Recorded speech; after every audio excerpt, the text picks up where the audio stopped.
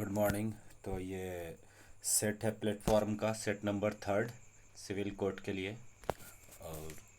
और आगामी जो भी एग्ज़ाम, जिसमें जो बीपीएससी का एग्ज़ाम जो है उसमें भी हिंदी का क्वेश्चन है ही, जीके है ही, तो उसके लिए भी यूजफुल हो सकता है, बीपीएससी टीचर के लिए भी। और इसका ये लगातार सीरीज मैं ये दे रहा हूँ, तो इसका ये सेट नंबर 3 है। तो सेट नंबर 3 में सबसे पहले हिंदी का क्वेश्चन आता है। तो हिंदी का फर्स्ट क्वेश्चन है कि अलंकार शब्द में कौन सा उपसर्ग है। तो अलंकार शब्द में जो उपसर्ग है वो अल है। तो अल है। उपसर्ग जो होता है किसी भी शब्द के आगे लगता है तो उसको हम लोग क्या बोलते हैं, उपसर्ग। और जो प्रत्यय होता है वो पीछे लगता है, यानी कि किसी भी शब्द के पीछे जो लगा होता है उसे प्रत्यय कहते हैं। तो यहाँ पर अलंकार, अलंकार शब्द में कौन सा उपसर्ग है, तो अलंकार शब्द में जो उपसर्ग है वह है अल। नेक्स्ट है, नेत्रहीन शब्द में कौन सा समास है। तो नेत्रहीन शब्द में जो समास है वो है तत्पुरुष समास। तो तत्पुरुष समास में क्या होता है, कर्ता, कारक और संबोधन को छोड़कर शेष सभी कारकों में विभक्तियां लगाकर इसे समास का विग्रह होता है। तो नेत्रहीन में जो है तृतीय तत्पुरुष समास है। और तत्पुरुष समास का और उदाहरण क्या क्या, तो तत्पुरुष समास का और उदाहरण है रस भरा, करुणापूर्ण, पदलित, मेघाच्छन्न, मदान्ध।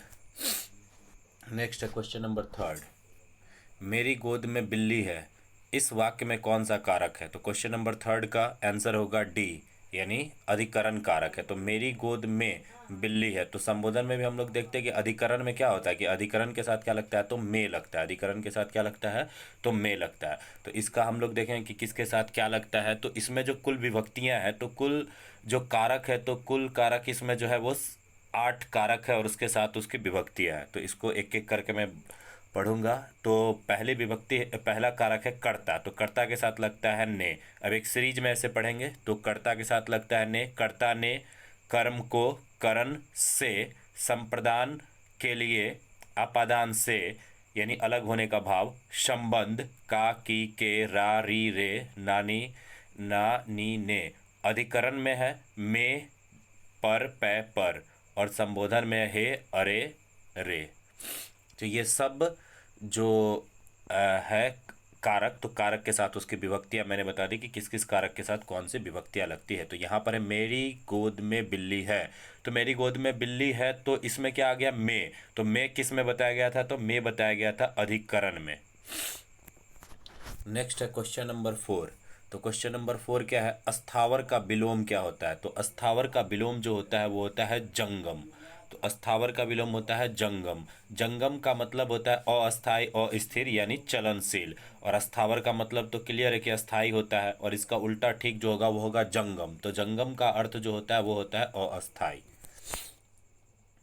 उसके बाद है नेक्स्ट क्वेश्चन नंबर 5। तो क्वेश्चन नंबर 5 में है नेकी का फल बदी, इस लोकोक्ति का अर्थ क्या है। तो इसका अर्थ है भलाई का बदला बुराई। फिर है क्वेश्चन नंबर 6, शुक्ल का विलोम क्या है। तो शुक्ल का विलोम होता है कृष्ण। शुक्ल पक्ष के समय क्या होता है, वाइट, यानी दिन जो होता है, यानी कि रात जो होता है वो थोड़ा ज़्यादा यानी कि प्रकाश होता है उसमें, और कृष्ण पक्ष में काफ़ी ज़्यादा अंधेरा होता है। तो शुक्ल का उल्टा क्या होगा, कृष्ण। कृष्ण माने होता है काला। महाप्राण व्यंजन नहीं है। तो इसमें महाप्राण व्यंजन कौन नहीं है, तो महाप्राण व्यंजन जो है वो ए, यानी कि क नहीं है। जिन व्यंजनों के उच्चारण में अधिक वायु लगती है उन्हें महाप्राण कहते हैं। तो जिस व्यंजन के उच्चारण में ज़्यादा वायु लगती है उसे महाप्राण कहते हैं। तो इसमें क्या है, प्रत्येक व्यंजन वर्ग के द्वितीय और चतुर्थ व्यंजन महाप्राण होते हैं। प्रत्येक व्यंजन वर्ग के द्वितीय और चतुर्थ, तो जितना भी द्वितीय यानी कि सेकेंड है और चतुर्थ है, जैसे ख, इसमें क्या है, कवर्ग का चतुर्थ है। घ कवर्ग का, सॉरी, तो ख जो है वो क्या है, कवर्ग का द्वितीय है, और घ जो है वो कवर्ग का चतुर्थ है, और छ जो है वो चवर्ग का द्वितीय है। इसलिए यहाँ पर जो प्राण व्यंजन है वो ख, ग और छ है, और व्यंजन प्राण व्यंजन कौन नहीं है, तो क जो है वो प्राण व्यंजन नहीं है।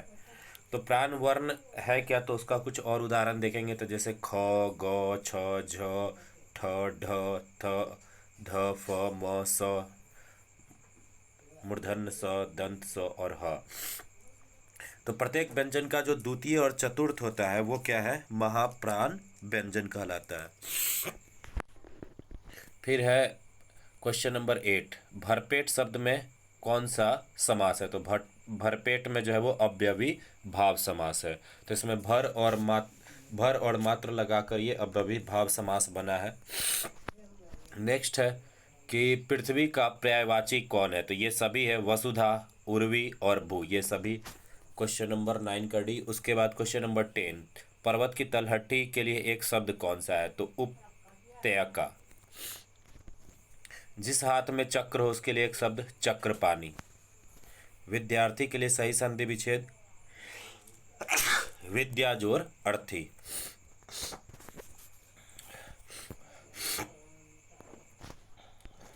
बुढ़ापा एक प्रकार का अभिशाप है।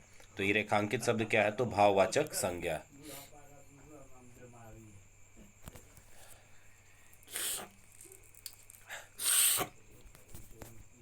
आठ आठ आंसू रोने मुहावरे का अर्थ क्या होता है। तो इसका अर्थ होता है बहुत विलाप करना, ऑप्शन नंबर ए।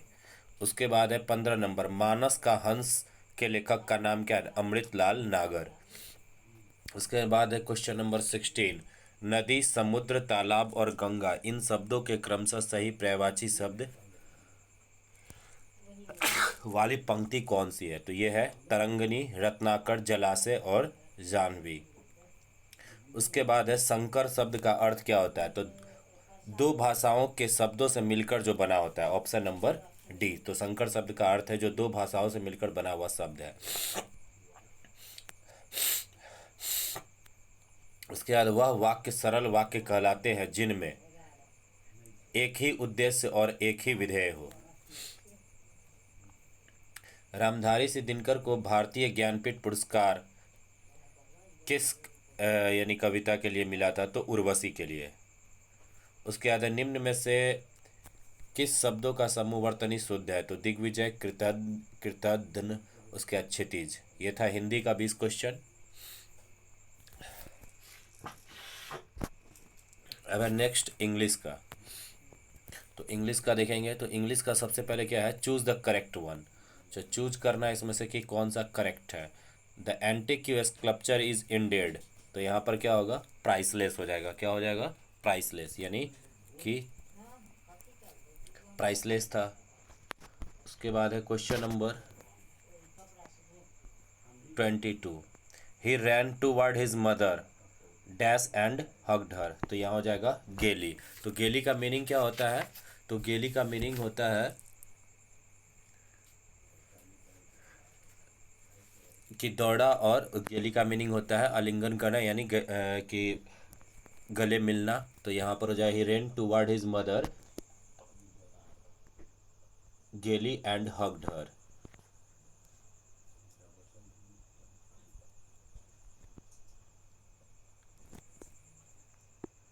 तो यहाँ पर जो गेली का मीनिंग हो जाए वो हो जाएगा दौड़ना एक तरह से। तो यहाँ माँ की और खुशी से दौड़ी, और उसके बाद जो है वो गले लगाया। तो गले लगाएगा तो ये हो जाएगा हग्ड। तो हग्ड तो आगे दिया ही हुआ है, ही रैन टूवर्ड हिज मदर। तो गेली का अर्थ होगा कि खुशी से दौड़ना। नेक्स्ट है क्वेश्चन नंबर 23। तो क्वेश्चन नंबर 23 है, visitor come from all over the world to dash the Shalimar garden. तो यहाँ पे हो जाएगा to see the Shalimar garden, option number B. फिर नेक्स्ट है क्वेश्चन नंबर 24। क्वेश्चन नंबर 24 क्या है, the thief was taken to the police station but the dash revealed nothing.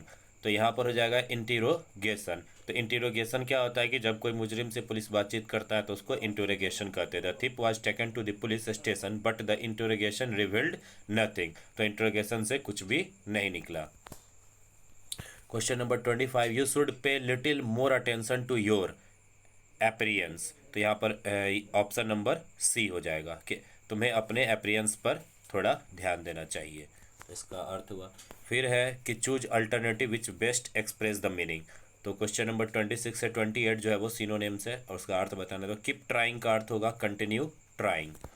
फिर है ही हैड कूल हिज, अच्छा ये एडियम्स फ्रेज है, synonyms नहीं है, एडियम्स फ्रेज है which express meaning of the idioms phrase. तो कीप ट्राइंग का हो जाएगा ऑप्शन 26 का ऑप्शन नंबर डी। फिर नेक्स्ट है क्वेश्चन नंबर 27। यह he had to cool his heels before he could get an appointment with the doctor. तो इसका होगा टू बी केप्ट वेटिंग, यानी थोड़ा उसे इंतजार करना होगा डॉक्टर से मिलने के लिए। Question number 28। Over over the years we remained loyal through thick and thin. Thick and thin का मतलब होता है अंडर ऑल सर्कमस्टांसेस, यानी in spite of all difficulties, option number D. यानी कि over the year we remained loyal thick and thin, यानी हर condition में यानी कि लॉयल रहा। फिर है यहाँ पर कि मिस स्पेल्ट वर्ड इसमें से बताने की कौन सा स्पेलिंग गलत है। तो यहाँ पर पॉसेशन, थ्रीशोल्ड और गारंटी, ये तीनों का स्पेलिंग सही है। यहाँ पे इंटरप्ट, इंटरप्ट का जो स्पेलिंग है वो इंटरप्ट का स्पेलिंग यहाँ पर गलत है। तो इसमें क्या गलत है, तो इंटरप्ट में जो होगा वो डबल आर होगा, INTERRUPT। तो इंटरप्ट में जो है वो क्या होगा, डबल आर होगा। नेक्स्ट क्वेश्चन नंबर है क्वेश्चन नंबर 30 में क्या गलती है, तो ग्रेटफुल गलती है। यहाँ पर ग्रेटफुल का जो स्पेलिंग है वो ना होकर GRATFUL होगा, ग्रेटफुल का स्पेलिंग। फिर है क्वेश्चन नंबर 31। तो इसमें क्या गलती है, तो डिफिनेशन नहीं डिफिनीशन होता है, यानी कि ए की जगह पर यहाँ आई हो जाएगा, ए की जगह पर क्या हो जाएगा, आई, इसलिए ऑप्शन नंबर सी यहाँ पर गलत है। तो ऑप्शन नंबर सी यहाँ पर होगा आंसर 31 का सी।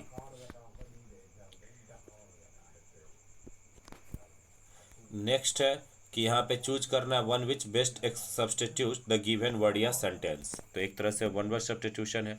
The believe that people can not change और अवॉइड व्हाट हैपन, तो ये हो जाएगा फैटलिज्म, यानी भाग्यवादी।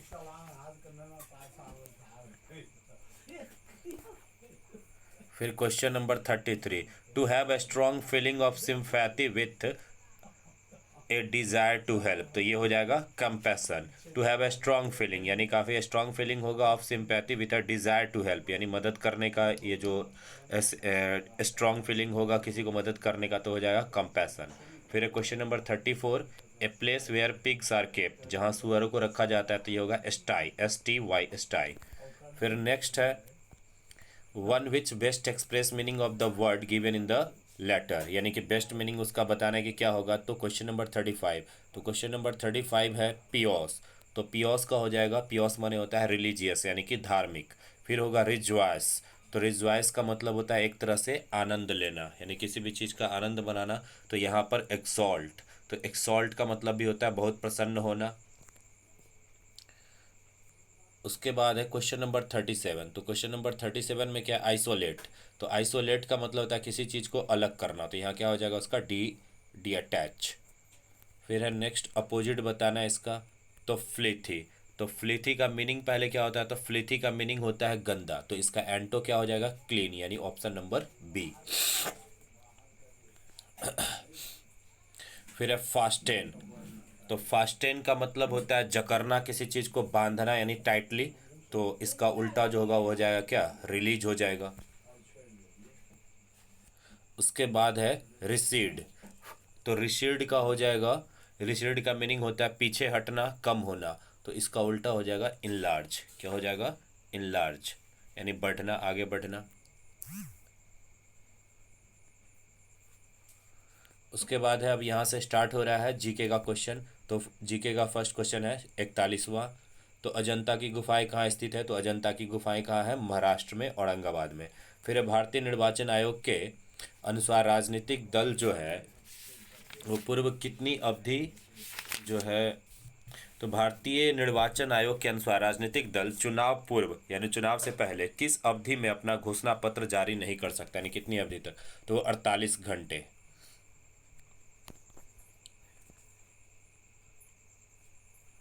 उसके बाद क्वेश्चन नंबर 43। क्वेश्चन नंबर 43 क्या है, तो निम्नलिखित में से कौन से स्वतंत्रता सेनानी का संबंध काकोरी रेल गाड़ी डकैती कांड से नहीं था। तो इसमें भगत सिंह जो था उसका जो संबंध है वो काकोरी ट्रेन डकैती कांड से नहीं था। इसमें चंद्रशेखर आज़ाद, राम प्रसाद बिस्मिल और असफुल्ला खां जो है वो संबंधित थे। अब जो ये काकोरी रेलगाड़ी डकैती कांड है, इसका अब नाम बदलकर हो गया क्या? तो नाम बदलकर हो गया ट्रेन एक्शन। ये था क्वेश्चन नंबर 43। अब next question number 44। Question number 44 है, वेल्थ ऑफ नेशन नामक पुस्तक के लेखक कौन थे? तो वेल्थ ऑफ नेशन पुस्तक के लेखक के जो थे वो थे एडम स्मिथ। भारत में क्वेश्चन नंबर 45, भारत में मुस्लिम राज्य की स्थापना का मार्ग किस युद्ध से प्रशस्त हुआ था? तो ये हुआ था तराइन का युद्ध। तो तराइन का कितना युद्ध हुआ था? तो तराइन का युद्ध जो हुआ था वो 2 युद्ध हुआ था तराइन का। तो तराइन का कितना युद्ध हुआ था? तो तराइन का 2 युद्ध हुआ था। एक हुआ था 1191 में और एक हुआ था 1192 में। तो 1191 वाला पृथ्वीराज चौहान जीता था और 1192 वाला जो है वो मोहम्मद गौरी जीता था। तो नेक्स्ट क्वेश्चन नंबर है क्वेश्चन नंबर 46। रामेश्वरम द्वीप को भारतीय मुख्य भूभाग से निम्नलिखित में से कौन अलग करता है? तो यह है पंबन द्वीप। उसके बाद है त्रिस्तरीय पंचायती राज व्यवस्था क्वेश्चन नंबर 47 किसकी अनुशंसा पर की गई थी? यह की गई थी बलवंत राय मेहता और द्विस्तरीय किया गया था अशोक मेहता के द्वारा। तो त्रिस्तरीय पंचायती राज व्यवस्था क्वेश्चन नंबर 47 की अनुशंसा की गई थी किसके द्वारा? तो बलवंत राय मेहता। फिर है question number 48, centre for advance technology का मुख्यालय कहाँ है? तो यह है इंदौर में। फिर क्वेश्चन नंबर है 49, भारतीय विश्वविद्यालय अधिनियम कब पारित हुआ था? तो यह पारित हुआ था 1904 में। भारतीय विश्वविद्यालय अधिनियम पारित हुआ था 1904 में। फिर है क्वेश्चन नंबर 50, वैध मुद्रा का अर्थ क्या होता है? तो वैध मुद्रा का अर्थ होता है करेंसी नोट। फिर है क्वेश्चन नंबर 51, 51 का आंसर होगा ए, किस अधिनियम के द्वारा मुसलमानों को पृथक निर्वाचन का अधिकार मिला था? तो यह भारतीय परिषद अधिनियम 1909 यानी पार्लियामेंटो सुधार। फिर क्वेश्चन नंबर 52, खबरों में रहा डोनी पोलो एयरपोर्ट किस राज्य में? तो डोनी पोलो एयरपोर्ट जो है वो कहाँ पर है? अरुणाचल प्रदेश में। फिर क्वेश्चन नंबर 53, भारत के 14वें उपराष्ट्रपति के रूप में किसे चुना गया? तो यह है जगदीप धनखड़। फिर क्वेश्चन नंबर 54, न्यायालय में प्लीडर किसे कहते हैं? तो न्यायालय में प्लीडर जो है वो कहते हैं अधिवक्ता को, यानी कि जो केस लड़ता है। प्लीड माने वैसे भी बहस करना होता है और प्लीडर जो बहस करने वाला है। क्वेश्चन नंबर 55, वह कानूनी दस्तावेज जो किसी वसीयत में कुछ जोड़ता है अथवा परिवर्तन करता है तो उसे कहते हैं कोडिसिल। क्वेश्चन नंबर 55 का होगा बी। फिर है क्वेश्चन नंबर 56 से आम का खाने योग्य भाग क्या होगा? तो ये होगा मिसो कार्प यानी मध्य भित्ति। क्वेश्चन नंबर 57, रमन प्रभाव का प्रकाश की उन किरणों से संबंध है जो सभी पारदर्शी माध्यम से संबंध है। रमन प्रभाव, तो रमन प्रभाव का संबंध जो है वो क्या है? तो सभी प्रकाश से, यानी कि सभी पारदर्शी प्रकाश जो है, तो सभी पारदर्शी प्रकाश से जो है उसका संबंध है।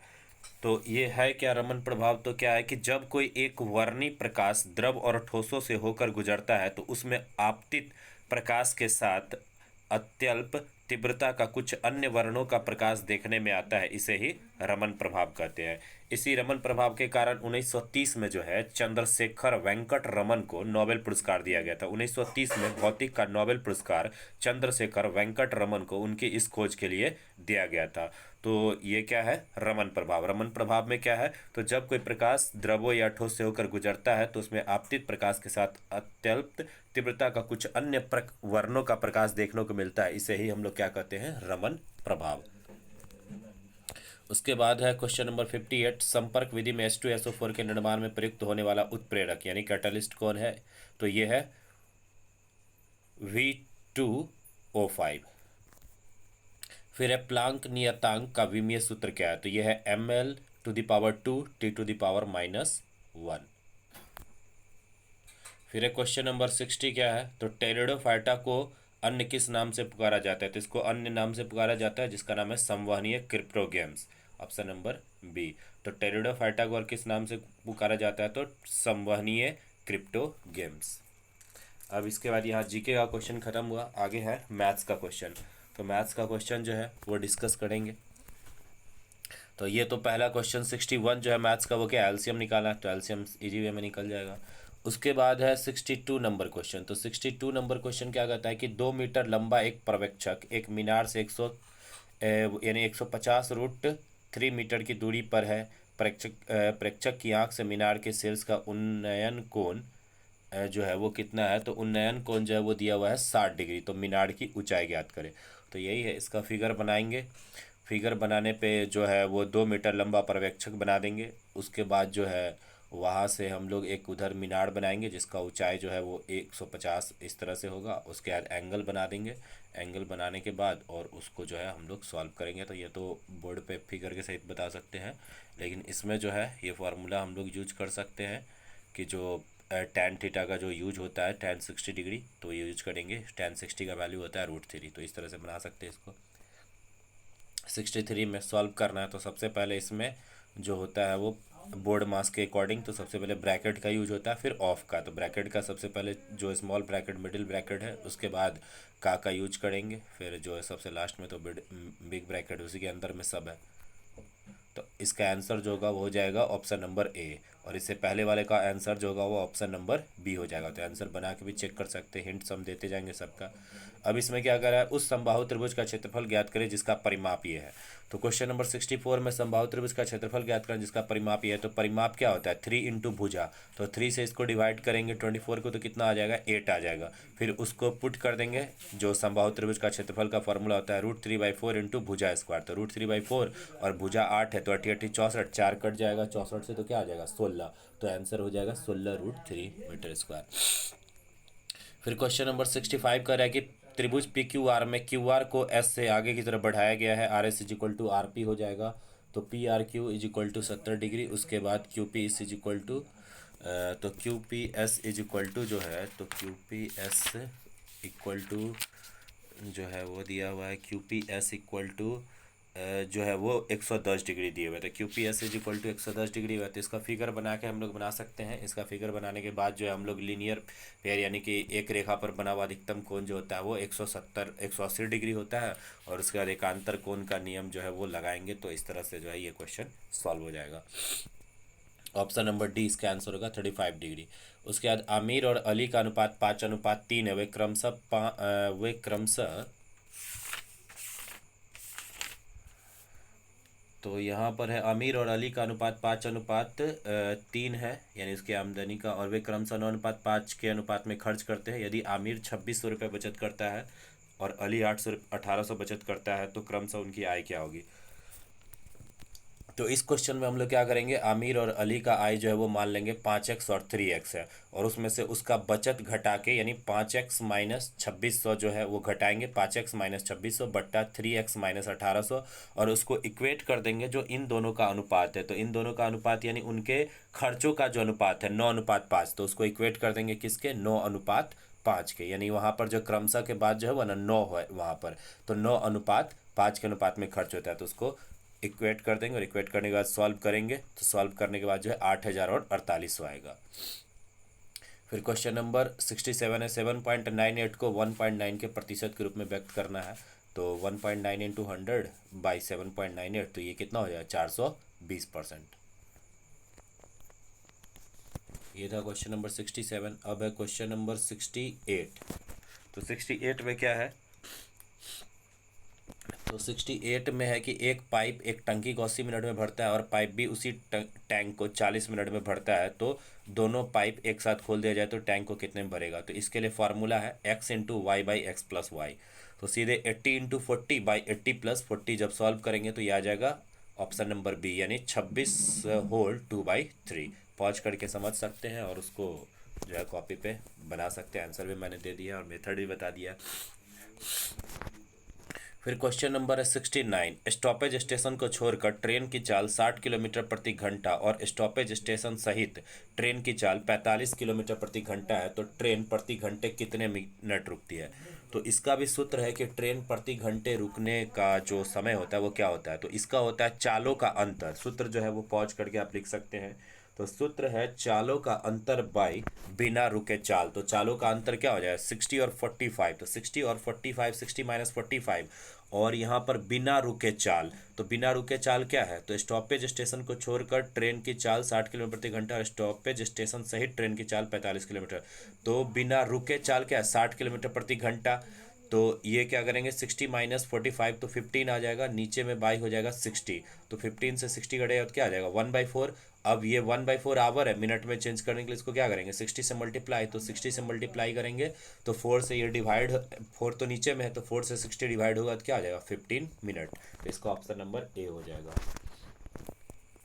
फिर है क्वेश्चन नंबर 70। तो क्वेश्चन नंबर 70 क्या है, एक स्कूल में गणित, भौतिकी और रसायन विज्ञान के लिए सीटें 7:8:9 के अनुपात में है। सीटों को क्रम से 30%, 40% और 50% तक बढ़ा दिया जाता है, तो बढ़ी हुई सीटों का अनुपात क्या होगा। तो इसमें जितना भी सीट है तो सबको इस तरह से मान सकते हैं 700, 800, 900 हो गया।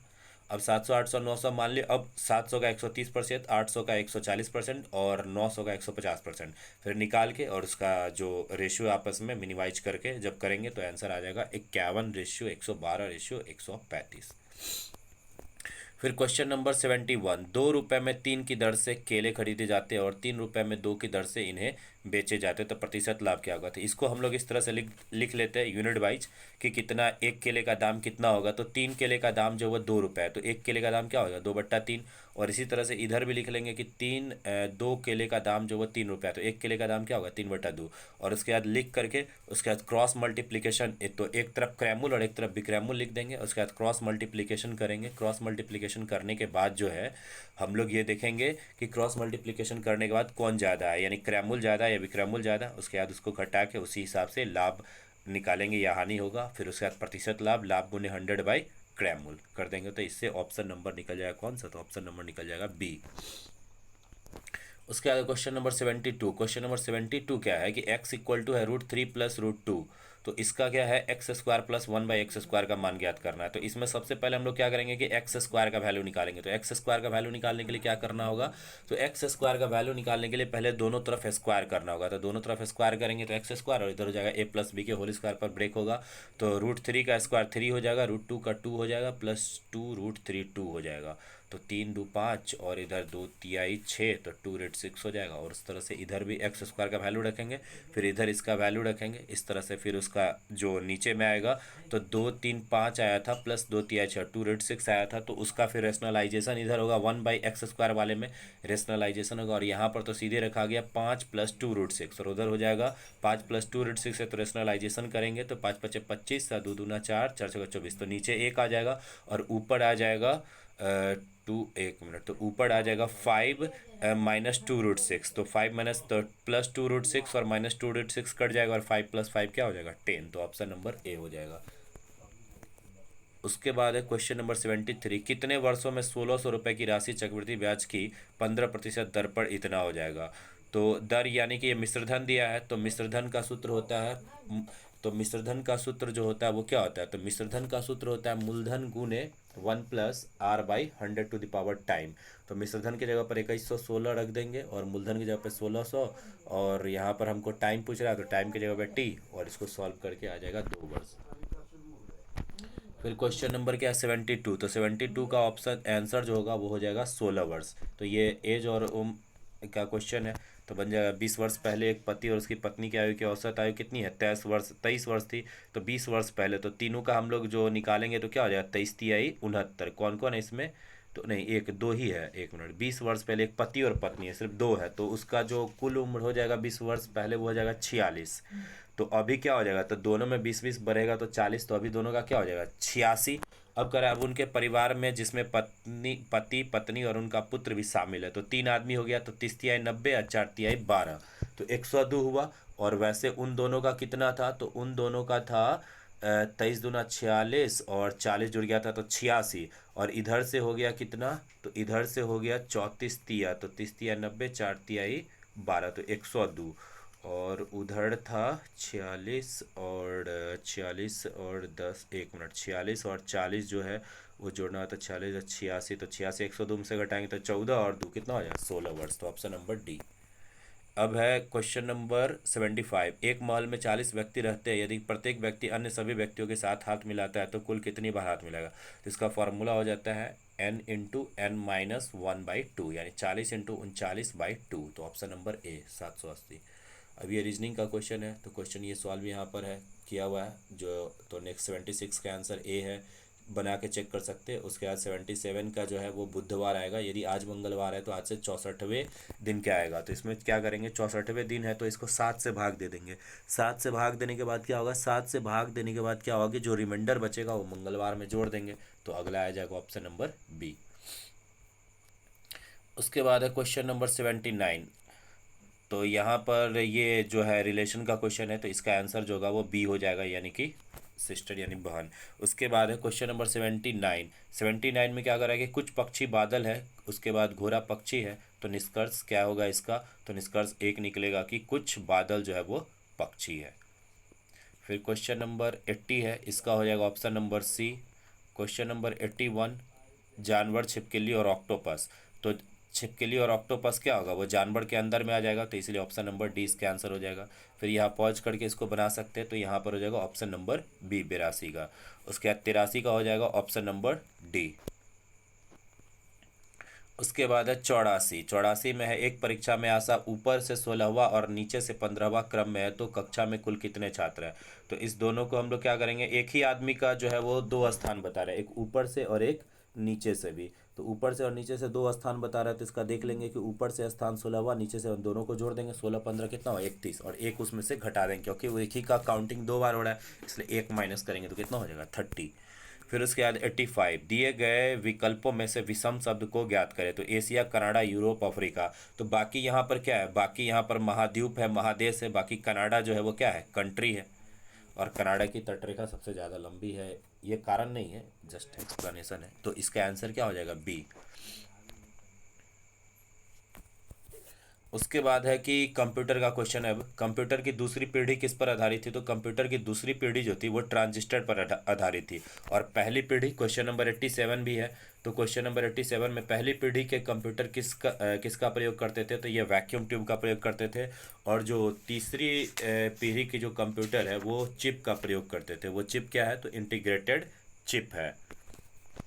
और इसमें ये भी देखेंगे कि जो प्रथम पीढ़ी है उसमें निम्न स्तरीय भाषा यानी लो लैंग्वेज, द्वितीय पीढ़ी में असेंबली लैंग्वेज, और तृतीय जो पीढ़ी है उसमें उच्च स्तरीय भाषा यानी कि हाई लेवल लैंग्वेज का यूज किया जाता था। उसके बाद मेमोरी के आधार पर अगर देखेंगे तो प्रथम पीढ़ी में punch card paper tape, second में मैग्नेटिक टेप डिस्क, और तीसरे में जो है चुंबकीय भंडारण का यूज किया जाता था। उसके बाद 88 नंबर क्वेश्चन है, कंप्यूटर तथा टाइपराइटर के लिए इस्तेमाल की जाने वाली कीबोर्ड की WERTY शैली विधि का आविष्कार किसने किया था, ये किया था क्रिस्टोफर लैथस सोल्स। फिर क्वेश्चन नंबर 89, जब प्रोसेसर प्रोग्राम और डाटा का यूज कर रहा होता है तब उन्हें कहाँ रखा जाता है, तो उन्हें रखा जाता है मेन मेमोरी में। फिर question number 90, 1 EB equal to क्या होगा, तो 1 EB इक्वल टू हो जाएगा 1024 PB। और 1024 PB जो है वो किसके बराबर होगा, तो 1024 यानी कि 1024 PB तो 1 EB के बराबर होगा, लेकिन 1 PB इक्वल टू 1024 टेराबाइट यानी कि TB के बराबर होगा। अब एक बाइट में कितने मूल्य निरूपित किए जा सकते हैं, तो 256।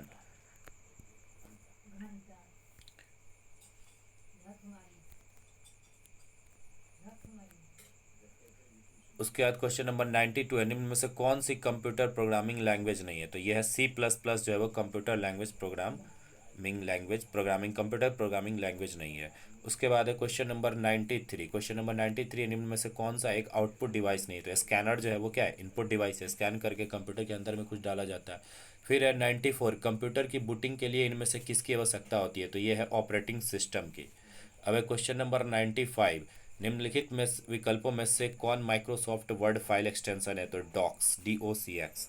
उसके बाद क्वेश्चन नंबर 96, दुनिया के पहले इलेक्ट्रॉनिक डिजिटल कंप्यूटर का नाम क्या था, तो ये था ENIAC। उसके बाद क्वेश्चन नंबर 97, ये क्या है, विंडो XP में आइटम्स को रीअरेंज करना क्या कहलाता, तो ये कहलाता डिस्क डिफ्रेगमेंट। अब है क्वेश्चन नंबर 98, उपयोगकर्ता द्वारा हाल ही में मेल का एक संग्रह है जो पढ़ उत्तर देना है या स्टोर में है या हटाने के लिए है, तो उसको इनबॉक्स में कहा जाता है कि वो इनबॉक्स में है।